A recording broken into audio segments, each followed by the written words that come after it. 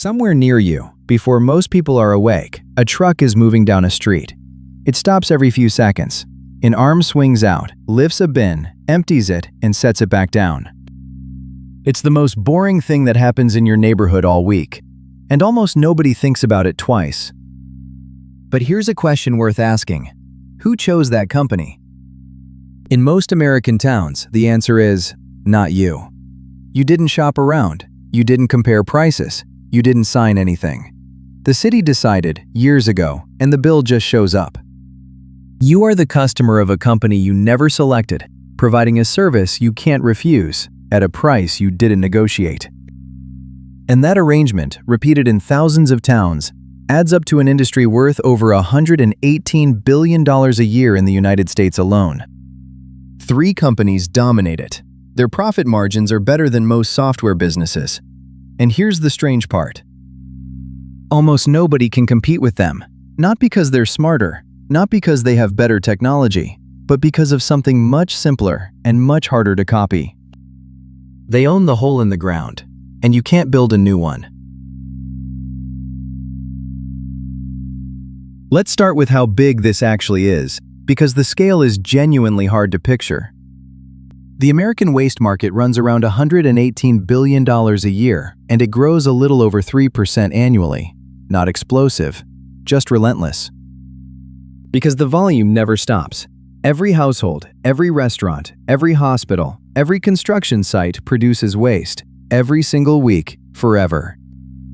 There is no version of the future where Americans stop making garbage. And unlike almost every other business, it barely flinches in a recession. Commercial volumes dip a little when businesses slow down. Residential volumes are nearly unchanged. People might cancel a streaming subscription. They do not cancel garbage collection. So you have a service that's essential, legally required in most places, immune to the economy, immune to the internet, and impossible to outsource overseas. On paper, that's close to the perfect business. Which raises the obvious question. If it's such a good business, why isn't everyone doing it? Before we answer that, it's worth knowing who actually owns this. At the top sits waste management. Around $25 billion of annual revenue, a market value in the $90 billion range, and more than 250 landfills across North America. That last number is the one that matters, and we'll come back to why. Second is Republic Services, which collects from roughly 13 million customers across 44 states and runs gross margins north of 40%. Analysts put Republic somewhere around 15 to 17% of the entire North American market. Third is Waste Connections, with about $9.5 billion in revenue and operating margins over 19%. And its strategy is genuinely clever.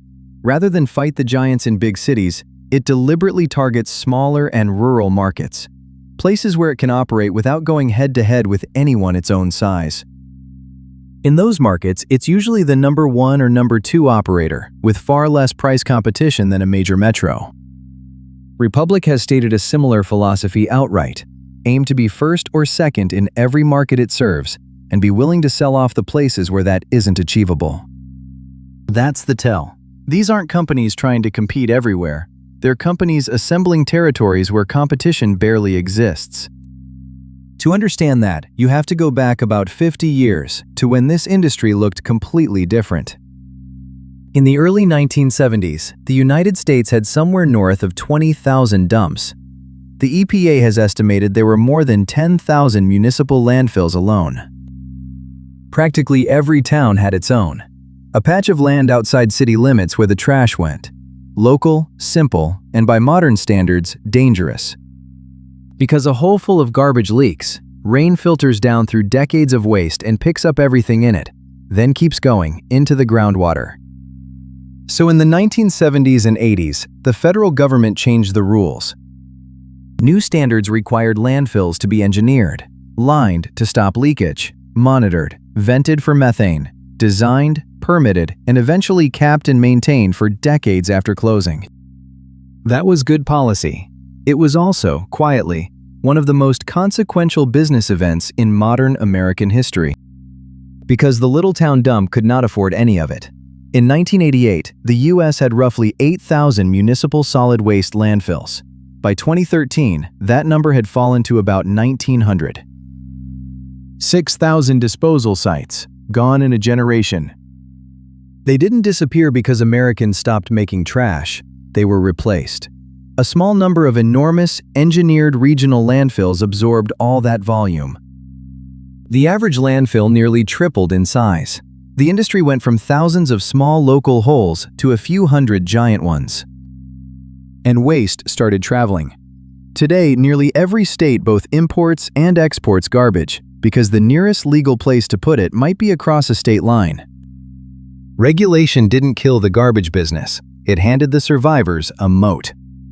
Now here's the part that makes the whole industry make sense.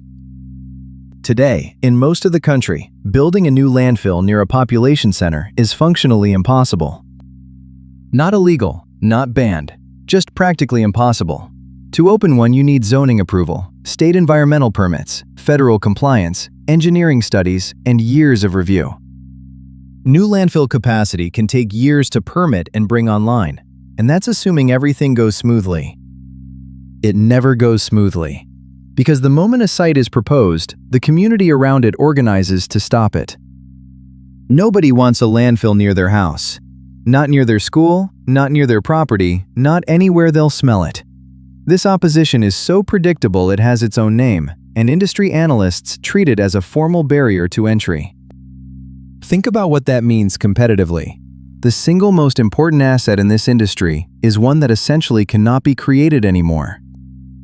The supply of legal disposal sites is fixed and shrinking, and the people who own those sites got them permitted decades ago under rules that no longer exist in practice.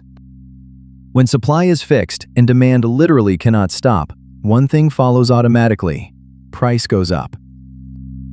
In one recent quarter, the largest player in America raised its pricing on municipal solid waste by 6.7%, while its landfill volume still grew over 5%.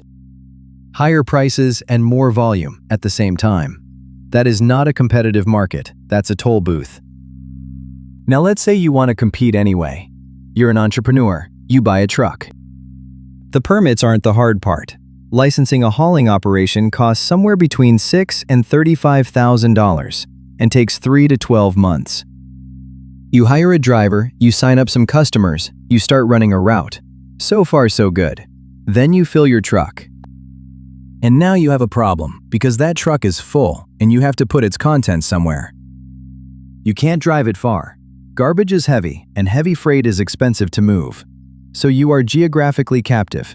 You have to use the closest permitted disposal site you can reach. And that site is very likely owned by the exact company you're trying to compete with. You pull onto their scale, you pay their price. Tipping fees commonly run $50 to $120 a ton. Every load you collect ends with you writing a check to your competitor.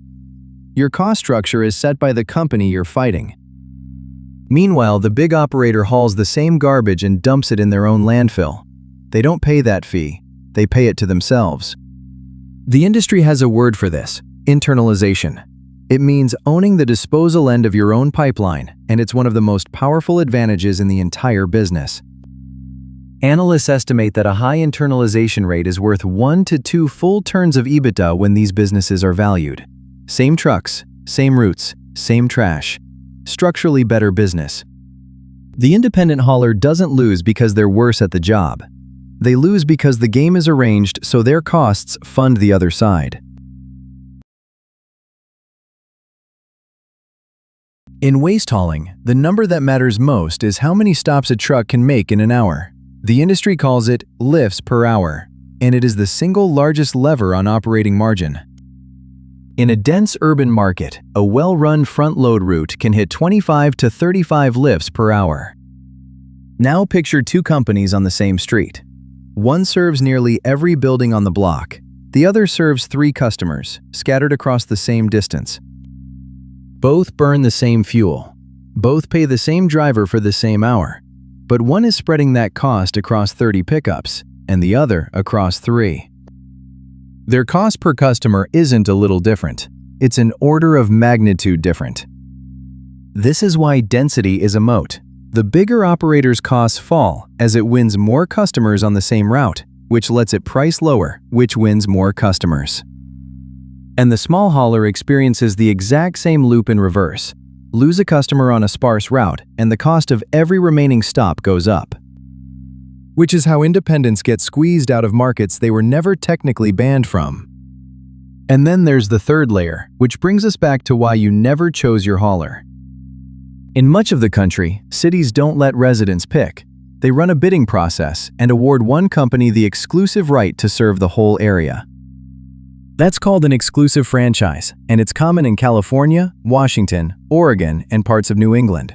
Win it, and every household in the territory is your customer, for years, by law. For one of the three national players, exclusive franchise markets account for roughly 42% of revenue. These contracts also tend to include price escalators tied to inflation or fuel, so the rate rises automatically, without renegotiating anything. Guaranteed customers, guaranteed term, automatic increases. On Wall Street, that combination is worth a premium multiple, and buyers pay up for it. And to win one, you generally need the scale, the fleet, the compliance staff, and the disposal capacity to serve an entire city on day one, which the small operator, by definition, does not have. There's one more layer, and it's the one almost nobody outside the industry knows about. A landfill is not an inert pile. It's a slow biological reactor. As buried organic waste breaks down without oxygen, it produces methane for decades. For a long time, that gas was purely a liability, something to be captured and burned off, because methane is both explosive and a potent greenhouse gas. Then the economics inverted. Captured landfill gas can be cleaned and sold as renewable natural gas, the same molecule as the gas heating a home. With federal production credits and state programs like California's low-carbon fuel standard, qualifying renewable natural gas can be worth $15 to $25 per million BTU. Which means the buried garbage isn't just something you were paid to bury. It's a fuel supply that keeps producing revenue for 20 or 30 years after the last truck dumps. Analysts describe this as turning landfills from cost centers into profit pools. And private equity funds have started buying landfill assets specifically for the gas. So the same hole in the ground now earns three separate ways.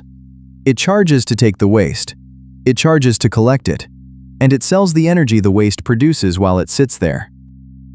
So what does all of this actually mean for the person rolling a bin to the curb? The most direct answer is price. When the disposal site is scarce, the contract is exclusive, and the customer can't leave, rates go one direction. And you don't feel it the way you'd feel a subscription increase, because it arrives on a municipal bill you skim once and pay. Meanwhile, the margins in collection and disposal have reached record levels, over 38% operating EBITDA at the largest operator. Now, to be fair, you get real things for this.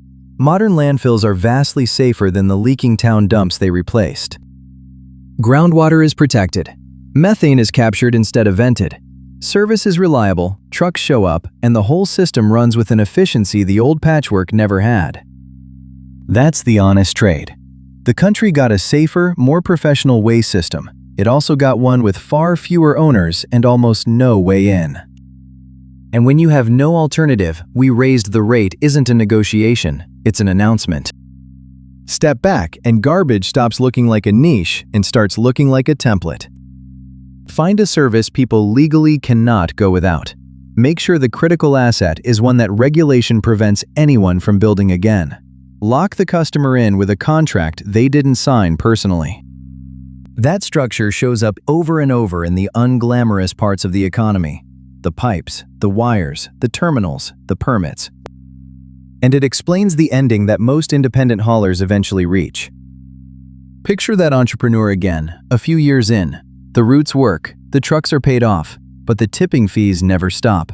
The route will never be as dense as the incumbents, and the city contract keeps going to someone bigger.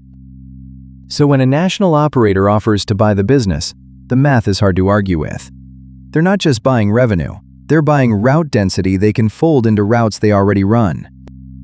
The same customers are literally worth more inside their network than inside yours. because every added stop makes their existing trucks more efficient. Which means the buyer can always outbid what the business is worth standing alone, and the seller, quite reasonably, takes the check.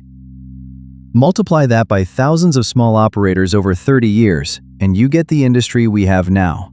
Fragmented collection, feeding into disposal owned by a handful of companies. And the market prices it accordingly. A small hauler with no disposal assets might sell for around 5 times earnings. An integrated operator with its own transfer stations and landfill access can fetch 10 to 13. The public giants trade higher still. Same trucks, same routes, same garbage. The difference in value isn't the work, it's who controls the choke point. So here's the racket, plainly. The rules that made landfills safe also made them nearly impossible to build. The companies that already own them became the only door into the industry. Now every competitor has to pay them at that door. Every city hands them the customers by contract. And the buried waste keeps generating energy revenue for decades after it's dumped. Nobody broke a law to build that. They just got there first, and the ground closed behind them. So the next time that truck comes down your street before you're properly awake, it's worth remembering what you're actually looking at. Not a city service, a privately owned, recession-proof, inflation-indexed toll booth on something every single person in the country produces, whether they like it or not. If you want to keep seeing the money hiding in plain sight, subscribe. There's a new teardown every week. Next time, the business with almost no employees, no inventory, and some of the best margins in America. Self-storage.